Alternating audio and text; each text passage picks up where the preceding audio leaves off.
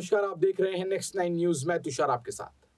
2024 के लोकसभा चुनाव अब शुरू होने में कुछ ही समय बाकी है और 2023 के अंत से कई राज्यों में विधानसभा चुनाव भी है वो शुरू हो जाएंगे, जिसमें से एक विधानसभा चुनाव राजस्थान में होना है।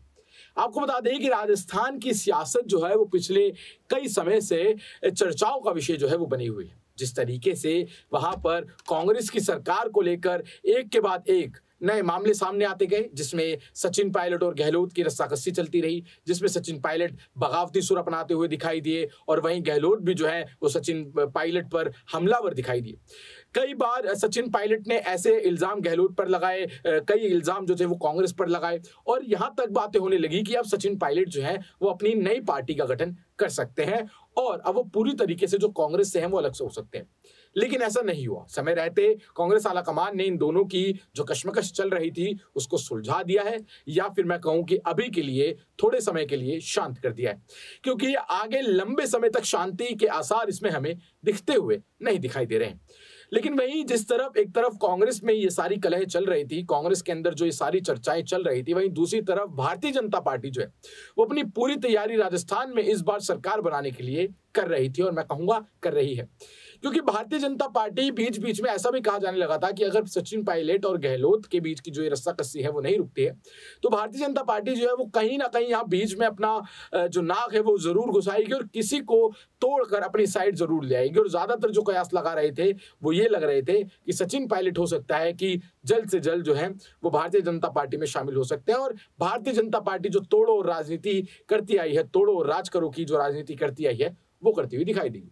लेकिन उन सब पर ब्रेक लग चुका है और अब भारतीय जनता पार्टी को यह समझ आ गया है कि राजस्थान में कांग्रेस की जो पावर है, कांग्रेस का जो समर्थक है, कांग्रेस की जो वहां पर प्रभुत्व रहा है पिछले कई समय से, वो अपने आप में बहुत ऊपर है और उसको टक्कर देना राजस्थान में कोई आम बात नहीं। और इसी को देखते हुए एक के बाद एक जो है वहां पर यानी कि राजस्थान में जो है वो रैलियां की जा रही हैं। प्रधानमंत्री नरेंद्र मोदी आ रहे हैं, अमित शाह आ रहे हैं, वसुंधरा राजे को उतारा जा रहा है। आपको बता दें जिस तरीके से अभी ये चर्चाओं का विषय चल रहा था कि कांग्रेस के पास तो चेहरे हैं सीएम पद के लिए उतारने के लिए, सचिन पायलट की बात करें, गहलोत की बात, लेकिन भारतीय जनता पार्टी के पास कोई लोकल लीडरशिप जो है राजस्थान में वो अभी होती हुई नहीं दिखाई दे रही।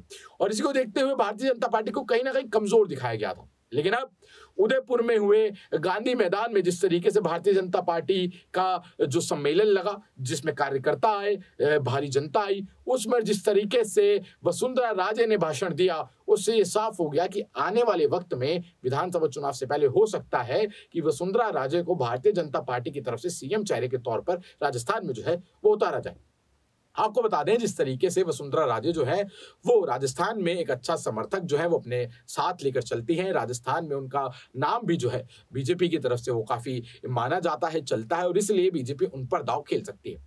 लेकिन जिस तरीके से वसुंधरा राजे ने भाषण देते हुए, संबोधन करते हुए अमित शाह के बाद जो भारतीय जनता पार्टी के कार्यकर्ताओं को नसीहत दी कि आपको आत्मविश्वास तो होना है लेकिन अति आत्मविश्वासी नहीं होना है, ये भी एक तरीके का नेगेटिव पॉइंट होता है। और जिस तरीके से प्रधानमंत्री नरेंद्र मोदी के गुणगान किए, 9 साल के उनके कार्यकाल का जो बखान किया गया और जिस तरीके से उन्होंने कहा कि राजस्थान इस वक्त कश्मीर बना हुआ है जहां शांति होनी चाहिए लेकिन शांति नहीं है, और इसको लेकर उन्होंने कांग्रेस पर कई सवाल भी उठाए।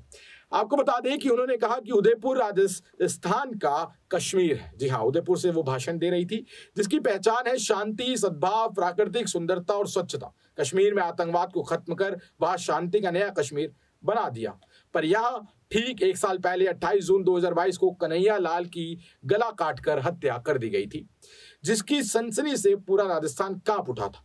पर इंसानियत को तार तार करने वाले इस मामले में भी अशोक जी वोट पॉलिटिक्स खेल रहे हैं। जी हाँ, सीधा सीधा उन्होंने जो है वो निशाना साधा गहलोत पर। साथ ही उन्होंने कहा कि राजस्थान की कानून व्यवस्था आपकी क्या है? क्या आपको पता नहीं कि उदयपुर में बिहार, पश्चिम बंगाल और उत्तर प्रदेश से कट्टरपंथी आकर धार्मिक कट्टरता फैला रहे हैं। मोदी जी के साथ जो 9 साल का कार्यकाल रहा है उसका भी उन्होंने बखान किया। लेकिन जिस तरीके से वसुंधरा राजे ने एक के बाद एक जो कड़ा हमला बोला है वो अपने आप में देखने लायक और सुनने लायक है। तो चलिए आपको भी सुनाते हैं कि वसुंधरा राजे ने अपने भाषण में क्या क्या कहा, अपने कार्यकर्ताओं को, भारतीय जनता पार्टी के कार्यकर्ताओं को क्या क्या नसीहत दी और आगे की आने वाले विधानसभा चुनाव को लेकर भी उन्होंने क्या बातें कही। चलिए आपको सुना देते हैं।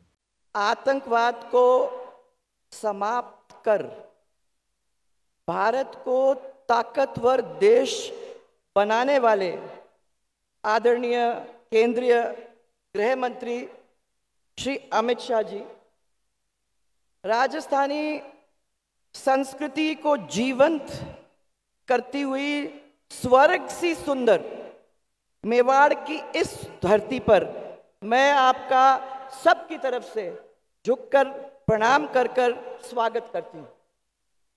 जोर से सब लोग स्वागत करेंगे तो सब लोग हाथ जोड़ करके आज हमारे बीच में आए हैं, तो हमारी सबकी ओर से स्वागत इस मेवाड़ की धरती पर।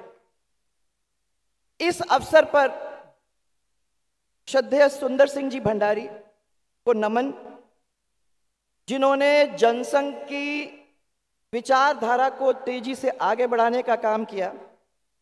पूर्व सांसद श्री भानु कुमार जी शास्त्री को नमन, पूर्व विधायक श्री शिव कुमार जी सानाड्य जी, पूर्व मंत्री और मेरी साथी श्रीमती किरण महेश्वरी जी, पूर्व सांसद श्री महावीर बगोड़ा जी, पूर्व सांसद श्री हरिओम जी राठौड़, पूर्व विधायक श्री कल्याण सिंह जी और पूर्व मंत्री जीतमल जी खाट के साथ साथ मेरे भी सहयोगी पूर्व विधायक श्री गौतम लाल जी मीणा का भी मैं पूरी श्रद्धा के साथ आज प्रणाम करना चाहूंगी। माननीय गृह मंत्री जी, उदयपुर राजस्थान का कश्मीर है। इसकी पहचान, इसकी शांति, इसका सद्भाव, इसका प्राकृतिक सुंदरता और स्वच्छता है। आपने कश्मीर के अंदर आतंकवाद खत्म कर दिया और वहां तो शांति का एक नया कश्मीर बना दिया है, पर राजस्थान का कश्मीर कहा जाने वाला उदयपुर अशोक गहलोत के नेतृत्व में आतंकवाद के भेंट चढ़ चुका है। सब लोग जानते हैं कि एक साल पहले 28 जून 2022 को कन्हैया लाल जी का गला काटकर जिस तरीके से निर्मम तरीके से हत्या की गई थी, उसकी वजह से पूरा राजस्थान कांप उठा था। पर इंसानियत को तो तार तार करने वाले इस मामले में भी अशोक गहलोत जी तो वोट और राजनीति की पॉलिटिक्स अभी भी कर रहे हैं। राजस्थान की कानून और व्यवस्था गहलोत जी आपकी है।